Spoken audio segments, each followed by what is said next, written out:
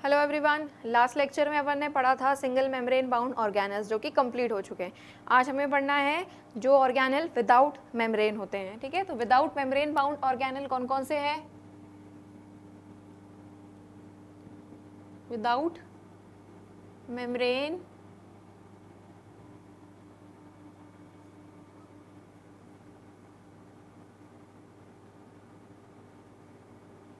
यहाँ पे आज हम पढ़ने वाले हैं राइबोसोम।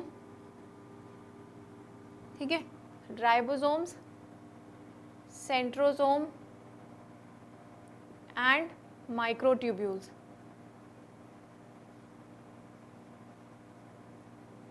ठीक है, राइबोसोम, सेंट्रोसोम्स एंड माइक्रोट्यूब्यूल्स। ठीक है, तो यहाँ पर क्या है, सबसे पहले स्टार्ट करते हैं राइबोसोम्स। राइबोसोम्स को किसने डिस्कवर किया है? राइबोसोम को डिस्कवर किया है जॉर्ज पैलेट ने, जो कि बहुत इंपॉर्टेंट है। आपको याद होना चाहिए कि राइबोसोम किसने डिस्कवर किया है।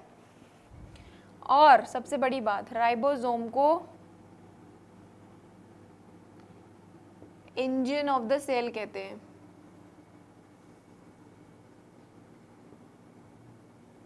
ठीक है, इंजन ऑफ द सेल क्यों? क्योंकि ये क्या बनाता है? प्रोटीन।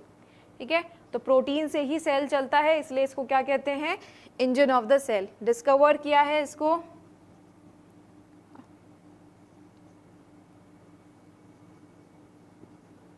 जॉर्ज पैलेट ने।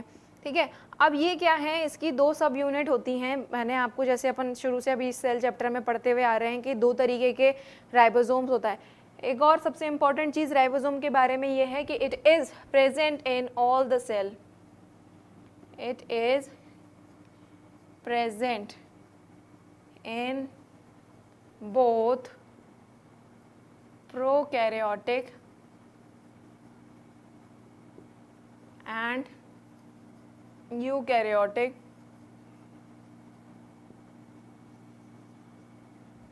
present in both prokaryotic and eukaryotic cells except RBC। ठीक है, आरबीसी के अंदर कुछ भी प्रेजेंट नहीं होता है, तो एक्सेप्शन इसका आरबीसी है, जो ये प्रोकैरियोट्स और यूकैरियोट्स दोनों में प्रेजेंट होता है। ठीक है, अब यहाँ पर क्या होता है कि जो राइबोसोम्स हैं, राइबोसोम्स जो हैं दो तरीके के होते हैं, टू टाइप्स,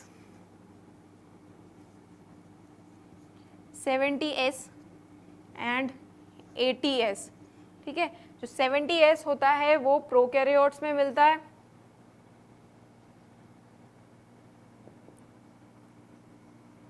और जो 80S है वो मिलता है सारे यूकैरियोट्स में।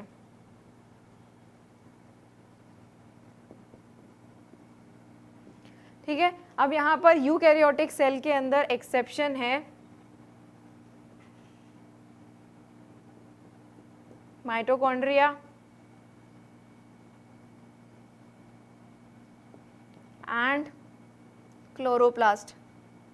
ठीक है, जो हम स्टार्टिंग से अभी जब हमने ये दो ऑर्गेनेल पढ़े थे तब हमें पता था कि जो वो है तो यूकैरियोटिक के अंदर, लेकिन उसके अंदर क्या प्रेजेंट है? 70S राइबोसोम प्रेजेंट है, तो ये है इनका एक्सेप्शन। ठीक है, अब ये 70S और 80S, S is for sedimentation rate.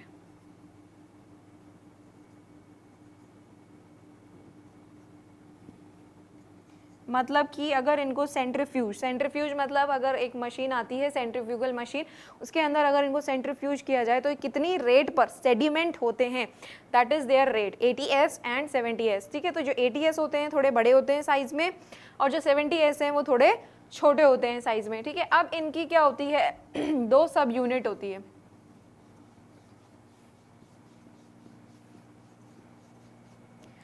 Seventy S की भी दो सब यूनिट होती है, एक लार्जर सब यूनिट, एक स्मॉलर सब यूनिट। ठीक है, तो लार्जर एंड स्मॉलर ही रखते हैं अपन, लार्जर एंड स्मॉलर। 80 की भी लार्जर एंड स्मॉलर। ठीक है, तो इस तरीके से इनकी लार्जर और स्मॉलर होती है। तो जो 80S है उसके अंदर है यहाँ पर 60-40।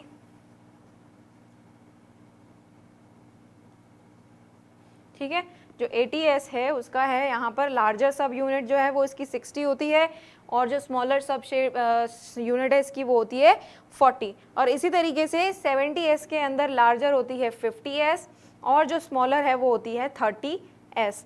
ठीक है, अब ये देखो इस तरीके से होता है, एक इनका होता है नीचे वाला पार्ट और एक ऊपर होता है इनका इस तरीके का पार्ट। इसलिए अपन जब भी राइबोसोम का डायग्राम बनाते हैं तो इस तरीके से दो अलग अलग 8 शेप का स्ट्रक्चर बनाते हैं। ठीक है, जैसे कि इसके अंदर लार्जर सब यूनिट और स्मॉलर सब यूनिट, इस तरीके का इनका स्ट्रक्चर होता है। ठीक है, तो इस तरीके से ये बनते हैं। ठीक है, अब ये दोनों की 2 सब यूनिट होती है। अब जैसे कि ये दोनों सब यूनिट मैंने यहाँ पर एक साथ बनाई है, लेकिन एक्चुअल में क्या होता है, ये सेल के अंदर दोनों अलग अलग होती हैं। जैसे कि ये पार्ट अलग है एंड ये पार्ट अलग है। ठीक है, जब सेल को प्रोटीन का सिंथेसिस करना होता है तब ये जाकर एक दूसरे से बाइंड होती हैं इस तरीके से। ठीक है, तब ये जाकर बाइंड होती हैं जब इनको प्रोटीन बनाना होता है in the presence of Mg++ ion. ठीक है, Mg++ आयन इसके लिए ज़रूरी है यहाँ पर, वो भी बहुत ही कम क्वांटिटी में। ठीक है, इतनी कम क्वांटिटी में यहाँ पर Mg इनको चाहिए होता है, बिल्कुल इतना सा मैग्नीशियम आयन इनको चाहिए होता है। ठीक है, तो ये है राइबोसोम। राइबोसोम का फंक्शन क्या है, प्रोटीन का सिंथेसिस।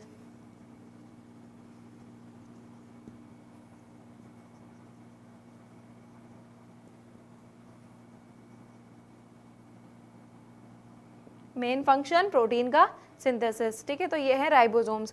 राइबोसोम्स क्या होते हैं, इंजन ऑफ द सेल होते हैं। राइबोसोम को डिस्कवर किया है जॉर्ज पैलेट ने। राइबोसोम्स जो होते हैं वो प्रोकैरियोट्स और यूकैरियोट्स दोनों में प्रेजेंट होते हैं because they doesn't have any membrane around them. ठीक है, और सिर्फ कहाँ एब्सेंट होते हैं, आरबीसीज के अंदर। ठीक है, उसके बाद यहाँ पर 2 तरीके के राइबोसोम हैं, 70s एंड 80s। दोनों की 2 सब यूनिट होती है, एक लार्जर सब यूनिट एंड एक स्मॉलर सब यूनिट।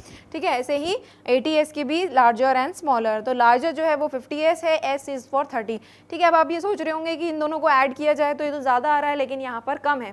ठीक है, तो इसमें वो नहीं होना है कंफ्यूज। जैसे ही ये एक के ऊपर एक जब आती हैं तो ये ओवरलैप हो जाती हैं, इस वजह से इनका जो टोटल है वो कम होता है। ठीक है, यहाँ पर भी लार्ज सब यूनिट 60s की है और यहाँ पर स्मॉलर यूनिट 40s की है। ठीक है, तो ये है राइबोसोम। ठीक है, नेक्स्ट ऑर्गेनेल हमें पढ़ना है यहाँ पर सेंट्रोसोम।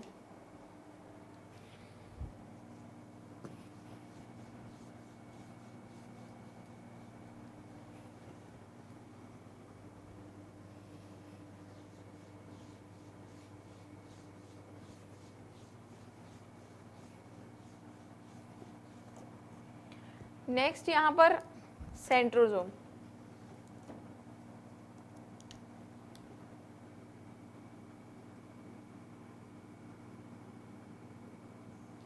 सेंट्रोसोम पढ़ने से पहले यहाँ पे सबसे पहले हम पढ़ेंगे सेंट्रोमेयर के बारे में। ठीक है, ये क्या होते हैं, जो सेंट्रोसोम होता है सिर्फ और सिर्फ एनिमल सेल में प्रेजेंट होता है।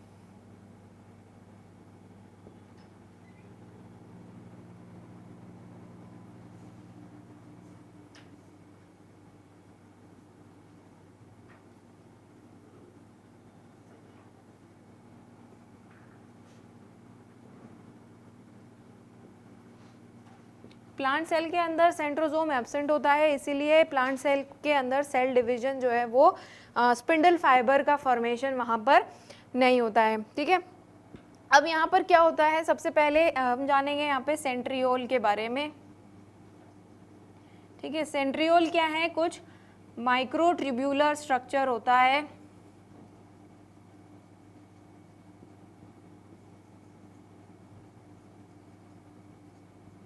माइक्रोट्यूबुलर स्ट्रक्चर इस तरीके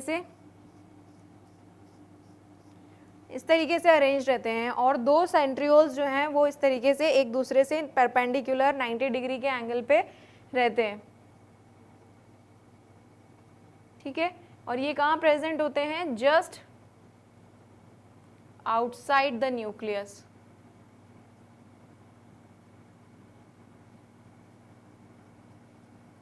जैसे कि अगर ये न्यूक्लियस है सेल के अंदर तो जस्ट आउटसाइड द न्यूक्लियस ये प्रेजेंट रहता है, क्योंकि इनको कहाँ हेल्प करना होता है, सेल डिवीजन के अंदर। ठीक है, ठीक है, अब ये जो सेंट्रियोल जिस साइटोप्लाज्मिक एरिया में है, जो इसके आसपास का जो साइटोप्लाज्म है, ठीक है, सेल में अंदर जहाँ पर भी ये सेंट्रियोल है, इसके आसपास का जितना भी साइटोप्लाज्म है उसको कहते हैं सेंट्रोस्फेयर।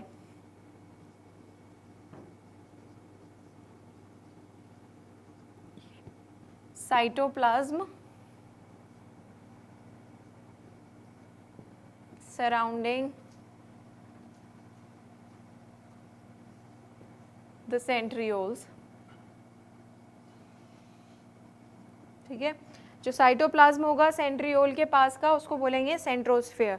And centriole plus centrosphere forms centrosome. ठीक है, इनका काम क्या होता है? फंक्शन सेल डिवीजन में हेल्प करते हैं।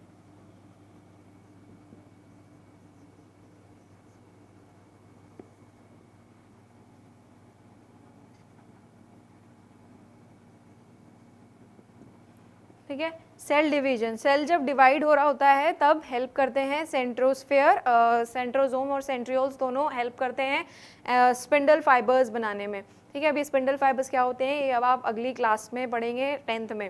ठीक है, तो ये है सेंट्रोसोम। ठीक है, तो ribosomes and centrosphere these are without membrane bound organelles. ठीक है, उसके बाद अब बचते हैं एर्गास्टिक बॉडीज, जिसके अंदर आता है वैक्यूल एंड माइक्रोट्यूब्यूल्स। ठीक है, तो थर्ड ऑर्गेनल जो कि है single membrane without membrane bound organelle जो है microtubule.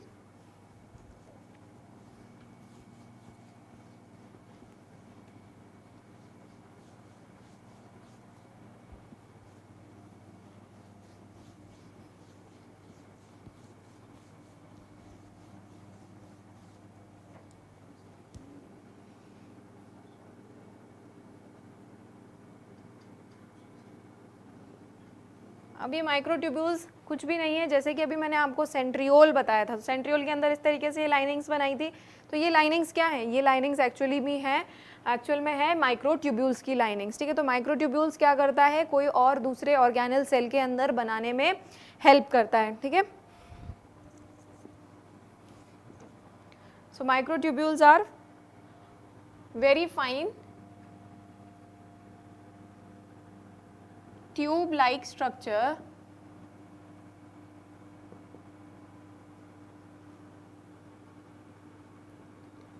present in the cytoplasm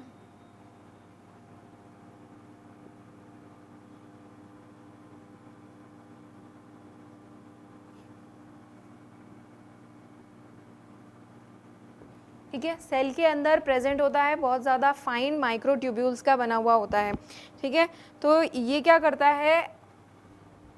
it can be present independently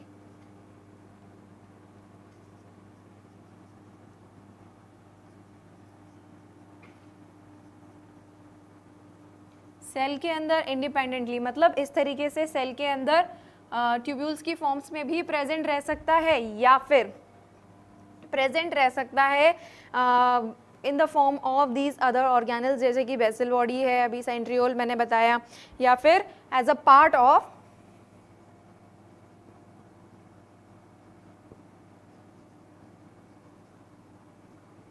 some other organelle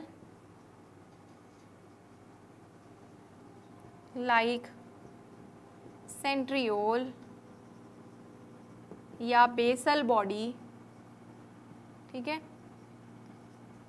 इस तरीके के स्ट्रक्चर के साथ एज अ पार्ट, जैसे कि अभी सेंट्रियोल बताया था मैंने आपको, सेंट्रियोल इसी तरीके का था। तो सेंट्रियोल्स क्या करता है? माइक्रोट्यूब्यूल्स का ही बना हुआ होता है। जैसे कि कुछ माइक्रोट्यूब्यूल्स ऐसे रहती हैं तो जस्ट परपेंडिकुलर 90 डिग्री में कुछ माइक्रोट्यूब्यूल्स उसके ऐसे रहेंगे। ठीक है, तो हमेशा इसी शेप के अंदर ये सेंट्रियोल्स न्यूक्लियस के जस्ट बाहर प्रेजेंट रहते हैं, और सेंट्रियोल्स बने किसके हुए होते हैं? माइक्रोट्यूब्यूल्स के बने हुए रहते हैं। ठीक है, इसका फंक्शन क्या है? प्रोवाइड स्ट्रेंथ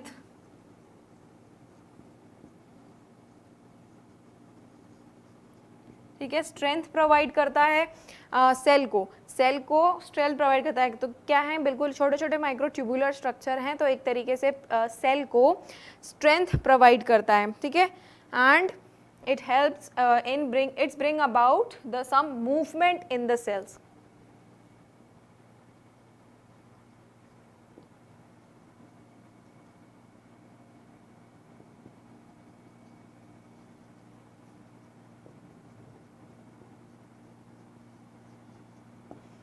ठीक है, तो ये था माइक्रोट्यूब्यूल्स के बारे में. ठीक है, तो ये हो गए हमारे तीनों विदाउट मेम्ब्रेन बाउंड ऑर्गेनल्स जो थे, राइबोसोम्स, सेंट्रोसोम एंड माइक्रोट्यूब्यूल्स. ठीक है, अब बाकी का पढ़ेंगे नेक्स्ट क्लास में, जो कि है ergastic bodies, vacuoles and granules. Thank you.